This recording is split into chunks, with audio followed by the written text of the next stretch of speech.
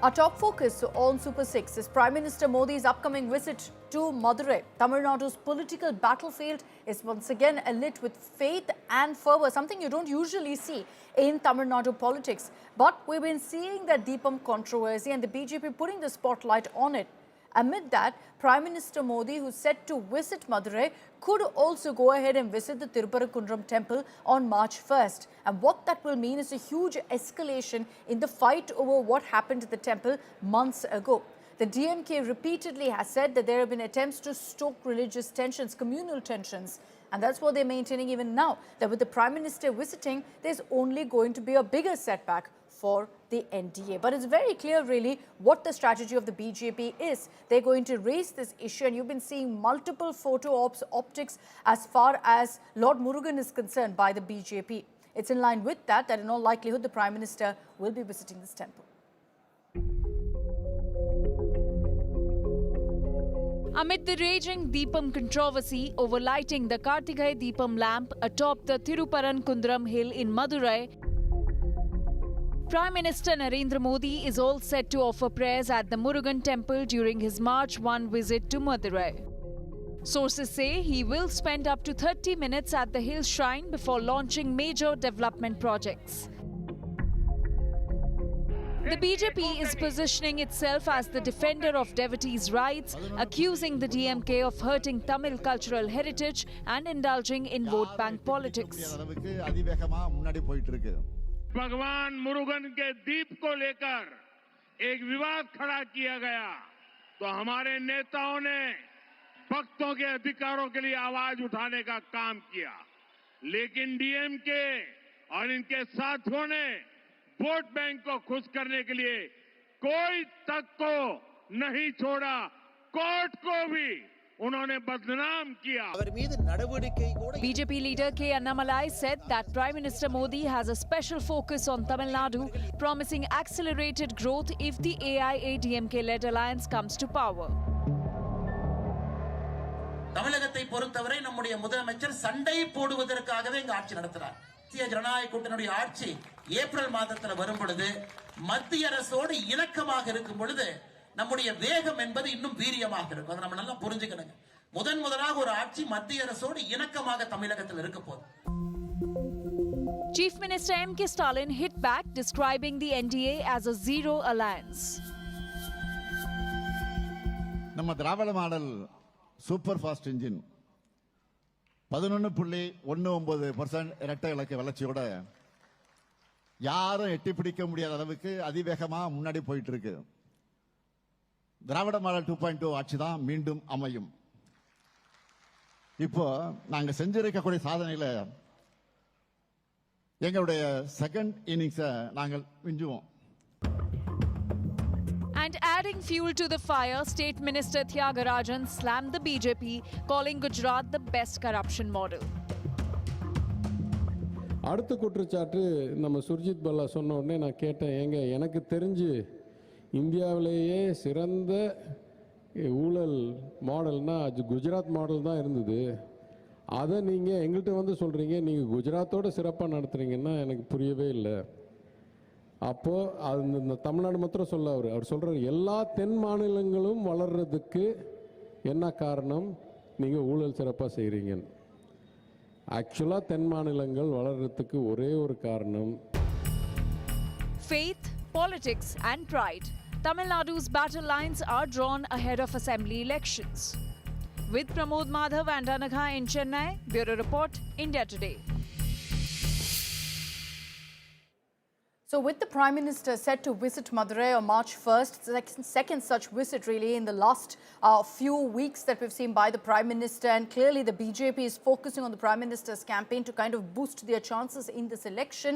There's also a big question mark on whether this is the right strategy. I'll bring in Dr. Sumansi Raman, political analyst on this broadcast. We have Kasturi Shankar, BJP leader. We'll also have Salem Dharnidharan, spokesperson of the DMK, with us shortly. But I'd like to begin with Sumansi Raman on what you make, sir, of this particular development of the Prime Minister visiting Madurai, yes, but also set to visit the Thiruparankundram Temple. Is this the right strategy in a state that very often many have opined doesn't mix politics and religion?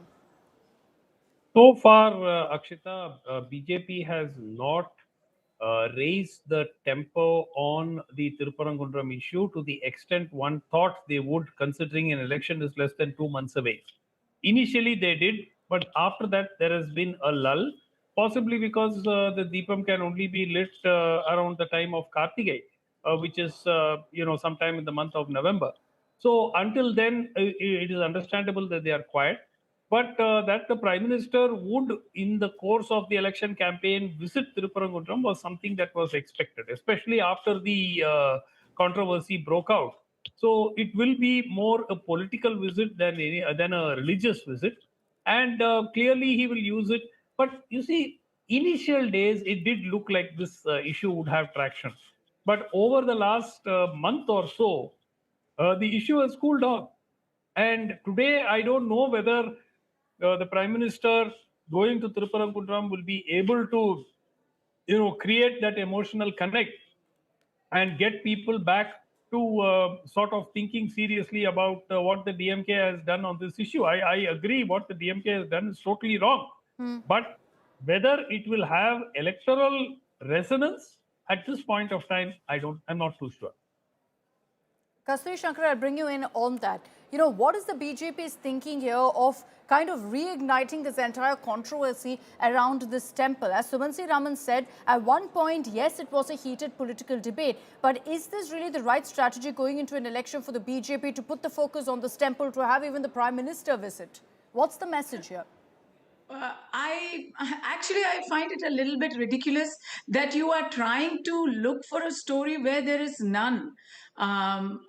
This is not the first temple that Prime Minister Modi would have visited, be there an election or not. I mean, let me then explain it to you, Kasturi. The reason it's a story and not a non-story is if the Prime Minister had visited, sure, the Madurai Meenakshi temple, it would have been something that, yes, was a course of discussion. Here's a temple that we've seen a controversy over, a legal fight playing out, an ongoing legal battle as well. So surely there's messaging involved.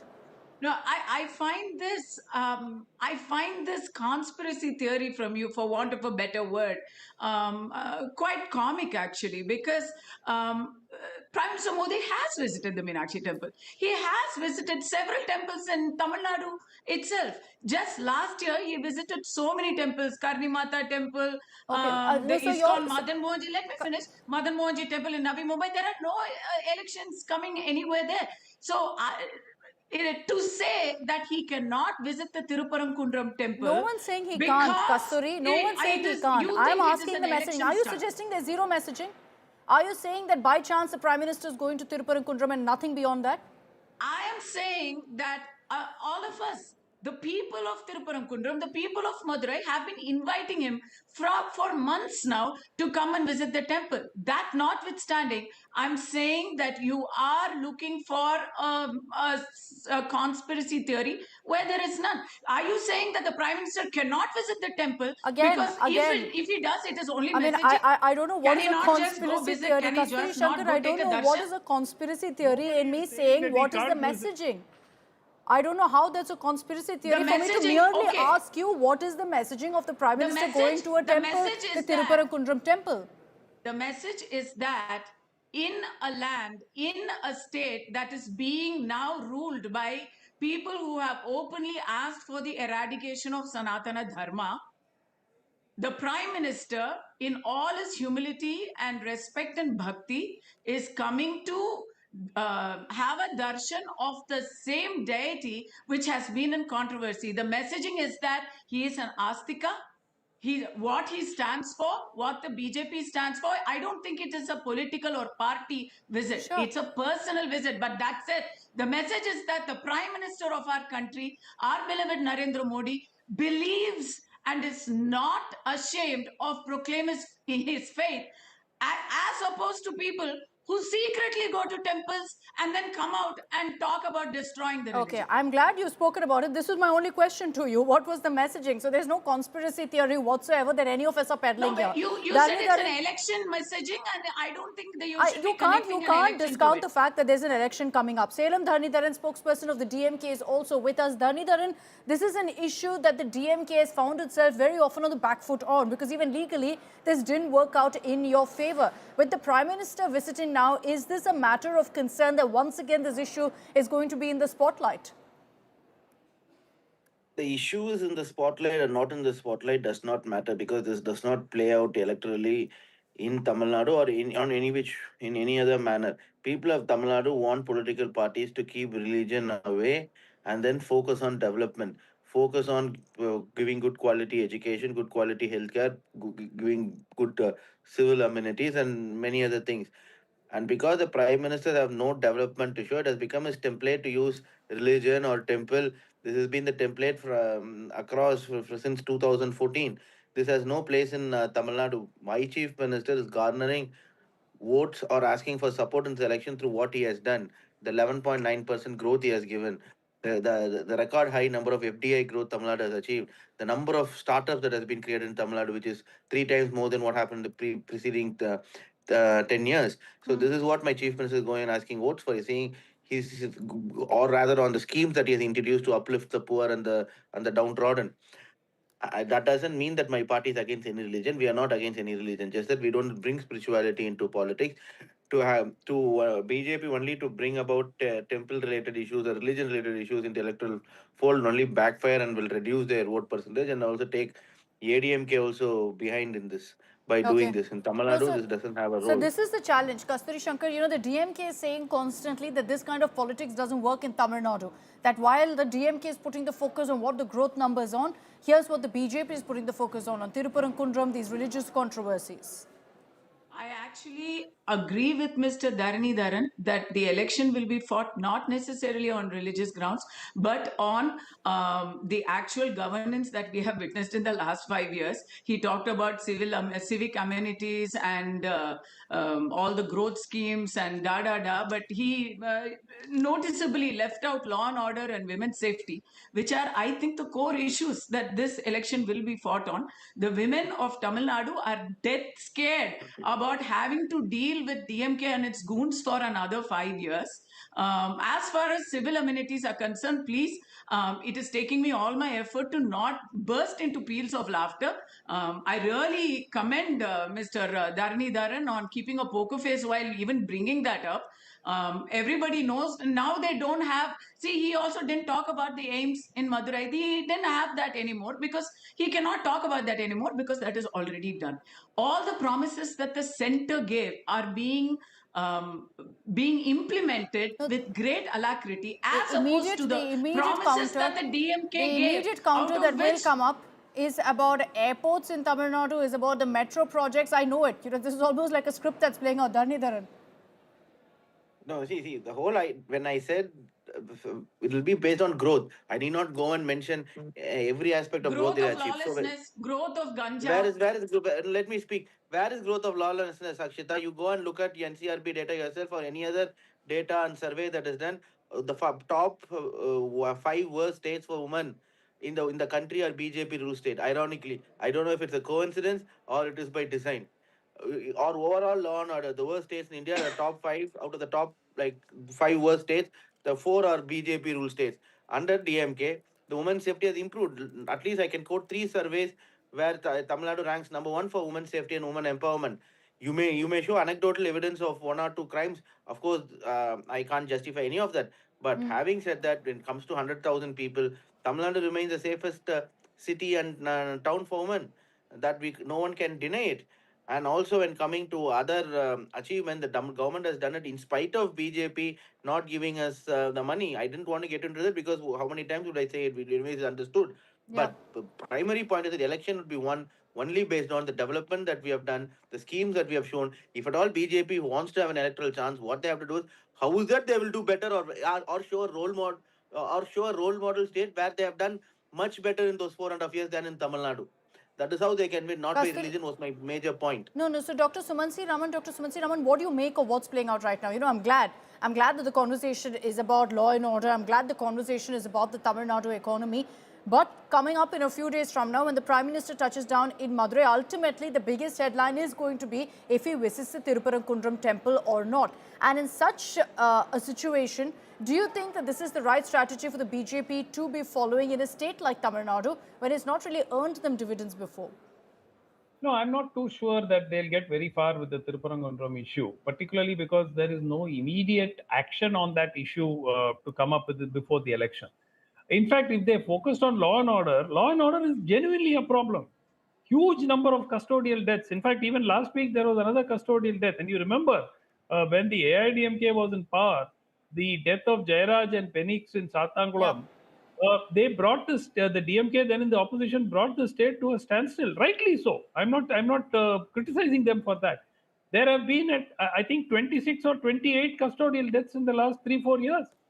And, forget law and order is a major issue. In fact, if the BJP focuses on bread and butter issues like this, then definitely they stand a better chance than to go up the Thiruparankundram, mountain. Of course, the Prime Minister is free to have a darshan there, but I don't see that as a major political issue because there is no actionable item to actually take place before the election. If there was, it would have been a different issue altogether. Okay, all right. Dr. Sumansi Raman Kasturi and Salem Dharanidharan, thank you for your time, for joining us here on India Today. March 1st is when the Prime Minister is going to be in Tamil Nadu. The BJP has said this is going to be a big NDA show of strength. So you'll have all of the allies coming together for this particular event. There is also that visit to the temple that everyone's going to be talking about. But why is this so crucial? Why is this such a big talking point? From a few months ago, we've had the Thiruparankundram Temple become national headlines. And I explained to you why that is. What is this Deepam controversy? There's been a massive showdown playing out in Tamil Nadu over the last many days over the lighting of a lamp in a temple in Madurai. This is over the Thiruparankundram Temple in Madurai, where a court judgment allowing for a lamp near a dargah to be lit sparked a political storm. So what exactly happened? Let me begin with the temple itself. It's located atop a hillock and is the abode of Lord Murugan. So scores of Murugan devotees visit this holy temple. It's called the Subramanya Swami Temple. Now, interestingly, right besides this temple is a dargah, just slightly above the temple itself. And the two structures have coexisted for centuries now, a symbol of religious coexistence. So what led to this sudden controversy now? Essentially over a festival called Karthigai Deepam. It's a massive festival that's celebrated in Tamil Nadu for Hindus, and on this day, deepams or lamps are lit across temples and in homes. Thiruparankundram also sees a huge event on this day. 100 years ago, the lamp atop a Deepatun was lit. What's a Deepatun? It's a tall lamppost pillar traditionally used for lighting ceremonial lamps during festivals and special rituals. But in this temple, this pillar is very close to the dargah and hasn't been used or lit for the last many decades. Why? Because it was decided that the Deepatun, being so close to the dargah, won't be lit to avoid any communal tension. This pillar is very much in the temple premises, but just about 50 meters from the dargah, and so wasn't lit. And so for the last 100 years or so, the Deepam was lit at another location, near the Ganesha temple, which very often in Tamil Nadu, including in this case, is called the Uchi Pillayar temple. This year, however, things changed. A petition was filed before the Madurai bench of the Madras High Court seeking to light a lamp at the Deepatun this time. On December 1st, the court allowed these petitions. The judge, Justice G.R. Swaminathan, held that Deepatun lies on the portion of the hill belonging to the temple and not the dargah. The court explicitly rejected objections that lighting the lamp would harm or infringe the rights of the nearby dargah or Muslim community, and directed that from this year onward, the Deepam must be lit at the Deepatun in addition to the customary place, which was the Pillayar temple, as I told you. But despite the order, on December 3rd, there was no arrangement made to light the lamp at Deepatun on the festival night. Instead, the temple authorities lit the Deepam at the traditional location. This sparked protests by Hindu groups.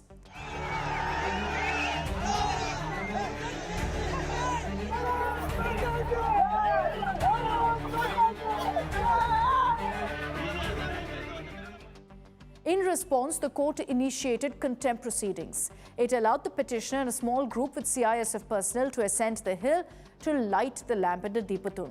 But police and administration blocked their path, citing law and order. So they prohibited that attempt under security orders. Now the case is currently on, but the DMK government has maintained that allowing the lamp to be lit will lead to a law and order situation. இதெல்லாம் உள்ளூர் மக்களுக்கு உண்மையா பக்தர்களுக்கு நல்லா தெரியும். அவங்க எல்லாம் நல்லபடியா தரிசனம் பண்ணிட்டு தான் வீட்டுக்கு போனாங்க. ஆனாலும் இப்ப என்ன காரணத்துக்காக பிரச்சனை நடக்குது? இந்த பிரச்சனையை கிளப்புற கூட்டத்தோட நோக்கம் என்ன? இதுவும் மக்களுக்கு நல்லா தெரியும். ஒரு சிலரோட அரசியல் லாபங்களுக்காக பிரிவுகளையும் பிளவுகளையும் உண்டாக்கி சமூகத்தை துண்டாட சதி செயல்கள். அது நிச்சயமா ஆன்மீகம் அல்ல, அது அரசியல். அது கேடுகட்ட மலிவான அரசியல். The DMK has also initiated an impeachment motion against the judge.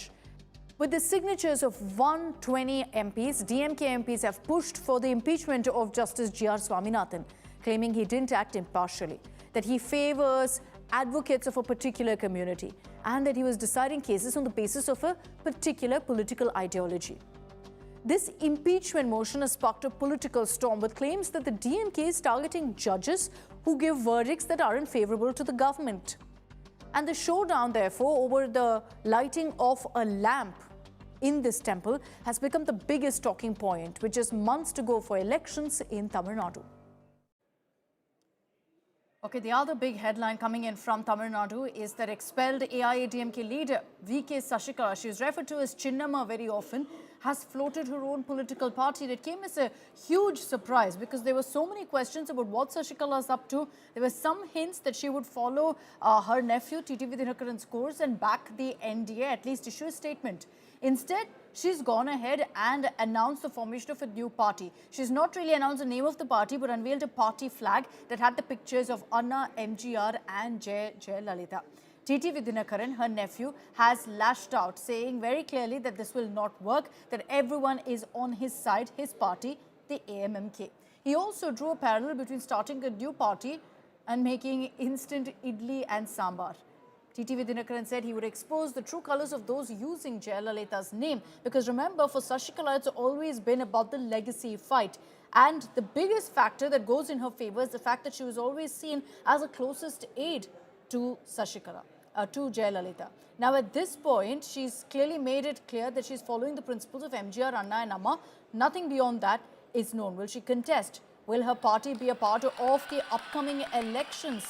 We don't have any of those details just yet, but the timing of Sasikala's political plunge of her launching this party is something that's leading to a whole lot of questions. அதாவது அமமுக அதிமுக தான் 99.9% தொண்டர்கள் ஓரணியில் இணைந்து விட்டோம். மற்றவர்கள் சுதந்திர இந்தியாவில் ஜனநாயக நாட்டில் யாருடைய விருப்பம் எது வேண்டாலும் செய்யலாம்.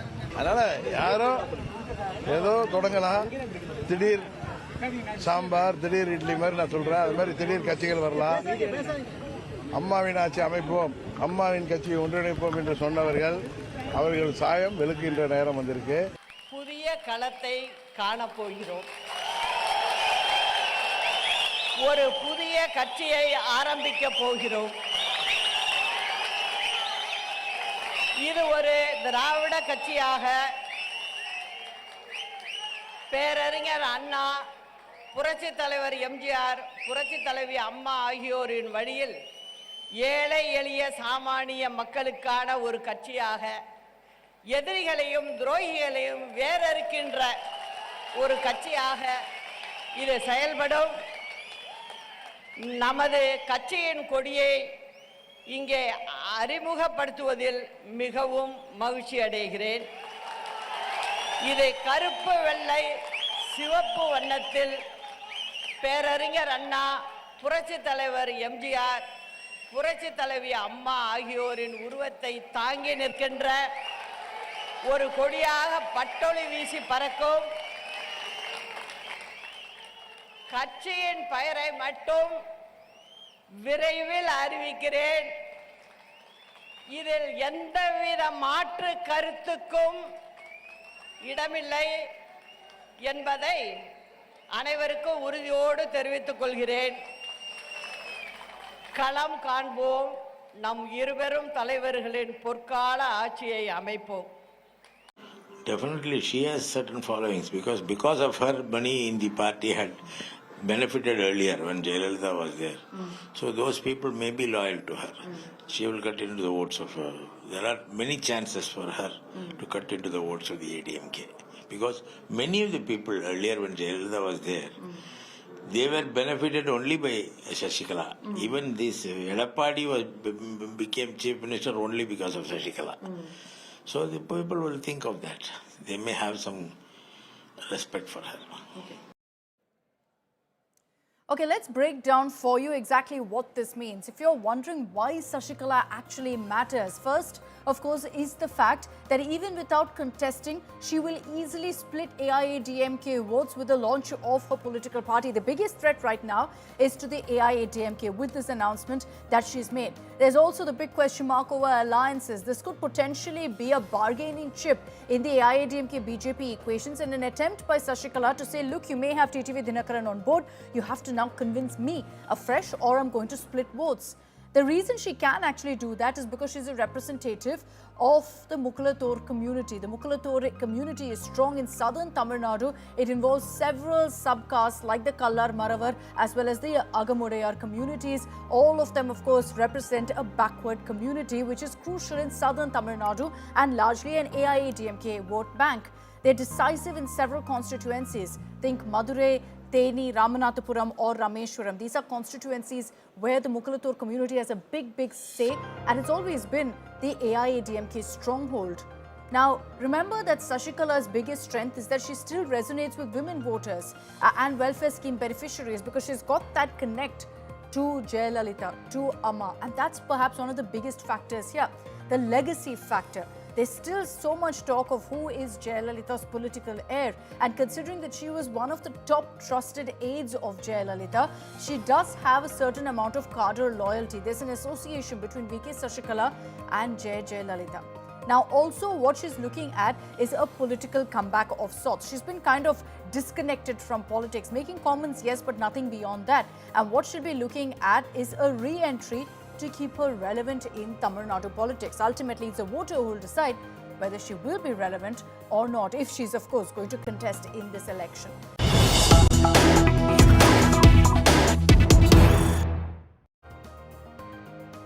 We're getting you an India Today world exclusive. Amid the US-Iran tensions, for the first time, we're going to be playing out for you an exclusive 30-minute conversation with the Iranian Foreign Minister, Abbas Araghchi, right here on India Today. This is the first time he's spoken out, and he's chosen India Today to speak out on what's happening as far as the negotiations with US is concerned. The timing of this interview is crucial because tomorrow is when you're going to be seeing the next round of talks between US and Iran. And the man you see on your screens there with my colleague Geeta Mohan in Tehran is the top Khamenei aide leading the talks with US on Iran's side.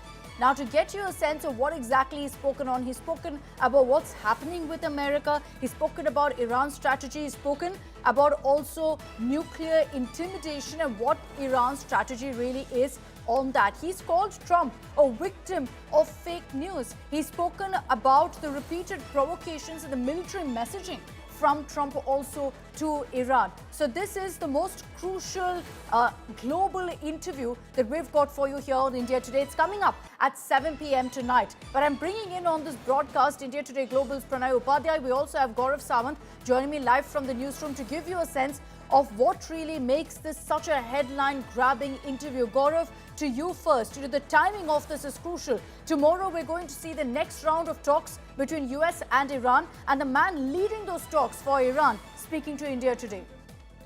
When the world speaks, when the world wants to be heard, they speak to India Today. And Abbas Araghchi is very clear. He's warning the United States of America. He's telling the world Iran wants peace, but Iran is prepared for war. He's warning the Americans that we've seen what happened in the 12-day war and Iran is better prepared. At the same time, Iran is willing to give peace a chance. When talks happen in Geneva, and Abbas Araghchi has spoken to India Today's Foreign Affairs Editor Geeta Mohan in Tehran, making it very clear that they want peace, they want dialogue, they are willing to accept all that is just and fair. At the same time, Should there be escalation, should there be war, they are better prepared than the 12-day war last year. No, very true. And I'll bring in Pranay also on this broadcast. Pranay, you've had a chance to see glimpses of that interview and what really the Iranian foreign minister's message is. I understand this is a 35-minute interview packed with messaging to the world, packed with messaging particularly to Donald Trump. Absolutely, Akshita, if you see, I've seen the pointers of that interview, the big takeaways from that interview, clearly, outlining what are Iranian priorities, what are the Iranian red lines. And he said in as many words that, the capping of the missiles of Iran are totally off limit for Iran to negotiate with the United States. And this is a very crucial interview amid the West Asia tension and amid the crucial talks ahead of the Geneva round between the United States and the Oman mediated talks between US and Iran. He said that Iran is ready to engage diplomatically with the United States. We can talk about the nuclear issue, but Iran does not have any intention to develop a nuclear weapon, which Iran has said on multiple occasions. But he reiterated in this interview as well that Iran does not hold any intention to develop a nuclear weapon. Rather, the nuclear program of Iran is for the civilian purpose, and Iran has a right to develop its nuclear program for the civilian purposes. Besides that, he said that we do not want to have a war, but if the war is imposed on Iran, Iran is better prepared to deal with the situation. We will defend our country with whatever means we have, and that is the intention of Iran. And also, he said, as Gaurav also mentioned, that after the 12-day war experience, Iran is much more prepared, and Iran will give a befitting reply to the United States if war is imposed on Iran. So clearly, the red lines being laid out by the Iranian Foreign Minister, Syed Abbas Araghchi, ahead of the crucial Geneva talks between the United States and Iran. And also, he said that we want peace. How Iran is taking along the international partners, how they are communicating with other partners. He also spoke about, the Iran-India relation, how he has kept those engagement, how the leadership of Iran has also briefed the Indian leadership about these issues. And he also spoke about the Chabar and other issues as well, which are the bilateral important issues. But clearly, amid the West Asia tensions, at a time when Prime Minister Narendra Modi is in Israel, he's all set to address the Israeli parliament, Knesset, and India Today, Syed Abbas Araghchi chose India Today to speak to, and he spoke about the crucial talks between United States and Iran, and that has all the components, and the areas where Iran would want to, or he has laid out that, what will be there on the table. What are the things which can be negotiated between the United States and Iran, and what are the other things which cannot be discussed, which cannot be, negotiated by Iran. So clearly, this is a very important interview. And amid all these war buildups in West Asia, amid the diplomatic efforts, this is, I think, the strongest message and the most important message coming out from Tehran. Gaurav, just, to take forward what Pranay has mentioned, the mention of Israel particularly, that's important because, at this point, Prime Minister Modi is in Israel, is meeting with Prime Minister Netanyahu. And Israel and Iran, we've been seeing a whole lot of messaging involved there as well, a whole lot of back and forth. There indeed has been a lot of back and forth between Israel and Iran, especially that 12-day war where Israel and the United States, they targeted multiple locations, especially the nuclear bases of nuclear enrichment bases of Iran, including Natanz, Fordo, Isfahan.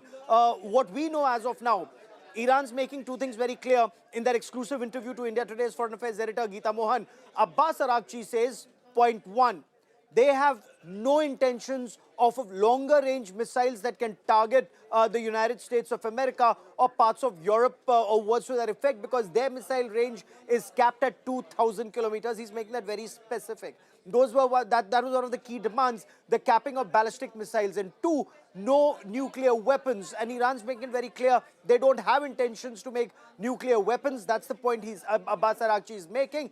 As far as civilian nuclear energy is for nuclear energy, harnessing nuclear power is concerned, they intend pursuing it following all international norms. Those are words that they've shared in the past. They've said this even to India Today. Talks in Geneva become extremely crucial because, God forbid, should talks in Geneva not succeed, this would lead to massive escalation. The amount of military hardware that the United States and Israel already have in the region, 2 aircraft carrier battle groups, strike groups already in these areas. You have more military hardware that's already coming in. I've just spoken to Israel's Deputy Foreign Minister, and from all sides, battle lines are drawn. Will it lead to war or peace? Remains to be seen. And at the heart of it is Iran. At the heart of it is this administration, and what they do next could perhaps decide which way this conflict goes. The messaging clearly from Abbas Araghchi is we want peace. We don't want war. But if there's provocation, if there's an attempt to intimidate us, we will answer back. And that's exactly what he said to my colleague Geeta Mohan there in that Mega Tehran exclusive that's coming your way at exactly 6:55 p.m. This is an interview to watch out for. Why? While we're talking about this and referring to it as a global exclusive, as a world exclusive, because mind you, this is a top Khamenei aide speaking out for the first time, there's also very important headlines, not just globally, but also very importantly domestically as well, Pranay, because at this point, you know, there are so many questions doing the rounds on what will happen in West Asia, and it has a direct impact for India as well. Absolutely, Akshita.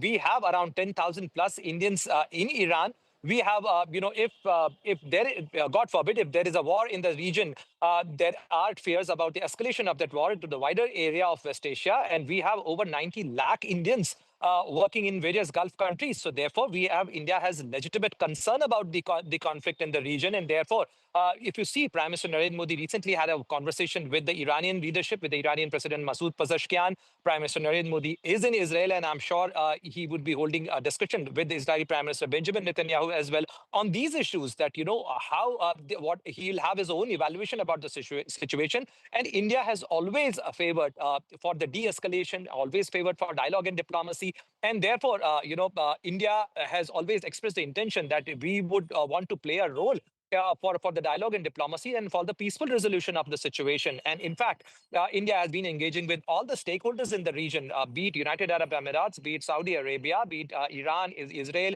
and even with the United States to de-escalate the situation. But as far as the domestic politics is concerned, yes, there are questions as well about the timing of Prime Minister Modi's visit to Israel at a time when the volatility is there in fact, the geopolitical churning is there in the West Asian region. And therefore, if you see, from our point of view, I would want to highlight the fact that, recently, Geeta interviewed Syed Abbas Araghchi in Tehran, and Gaurav interviewed the Deputy Foreign Minister of Israel. So that is also a classic of Indian for diplomacy and Indian, that Indian attitude toward the region, that, we are engaging with all the stakeholders because we have our legitimate interest in the region. And therefore, as a responsible media organization, also, we are also putting out both sides of the story. I can tell you very clearly that the world right now will be waiting for that particular interview. You're going to see global media outlets quoting exactly what the Iranian foreign minister says in this conversation. Because, like I said, the timing of this conversation is crucial. It's coming just about 24 hours before the next round of talks between Iran and America. And if there's anyone who knows exactly what Iran's strategy is going into the next round of nuclear talks with the US, it is the man you see on your screens. It is the Iranian foreign minister who's leading those delegation talks with America. And he's seated there with Geeta Mohan, who goes into great detail as to exactly what is the red line for Iran. What do they hope for will emerge really from Geneva. And mind you, the other person who will be watching very closely what exactly Iran has to say is US President Donald Trump, who's been constantly also poking Iran, warning them of military action. And so if Iran sends out a message of peace, or if Iran sends out a message of war, you'll have that answer at 6:55 this evening. That will decide exactly what happens in the coming days as far as the West Asia conflict goes. And I'm not going to, at this point restrict it to West Asia, because this is something that has far-reaching repercussions for the world as well. A lot of it hinges upon what Donald Trump says or what Donald Trump does, but a lot of it also hinges on how the Iranian regime chooses to respond to particularly any messaging that comes in from Donald Trump, which is what the Iranian foreign minister has also said in that particular conversation with Geeta Mohan. He said very clearly that, look, Donald Trump is a victim of fake news. And Gaurav, I'll bring you in on that. With that kind of a message that he sent out, which will play out at 6:55, so in just about 10 minutes from now, the idea is clearly of the Iranian regime to suggest that what Trump is talking about, as far as nukes are concerned, is simply not true. Two aspects. You're absolutely right. President Trump has always complained of fake news. Now he himself is a victim of fake news. This is what Abbas Araghchi tells Geeta Mohan. We are not developing long-range missiles. We have a limited range of below 2,000 kilometers intentionally. We don't want to be a global threat. At the same time, Abbas Araghchi is telling India today, we have to defend ourselves. Our missiles build deterrence. Iran is not developing nuclear weapons. We have no intentions of nuclear or long-range missiles. But if I may, the devil lies in the detail and the sting is in the tail. What is he saying? The US has built a huge number of military presence in the region around us. If the idea is to threaten us so that we capitulate, that is not going to happen. We are more prepared than we were last time. There will be no victory for anyone. That's a word of caution that comes out of Abbas Araghchi in Tehran. We are better prepared than last time since the American bases are scattered across the region. Unfortunately, the whole region will be engaged and involved. It will be a terrible scenario. So he's actually painting out a worst case scenario. Should the balloon go up, should there be limited strikes on Iran, there will not be a limited response this time, is the assessment. The response will be severe and across the region. Very, very interesting. So it's very clear from what Gaurav just told you and the glimpses that we've given you of that interview, that this is a conversation the White House too will be watching very carefully to see exactly what Iran has to say, with just hours to go for the next round of talks in Geneva. But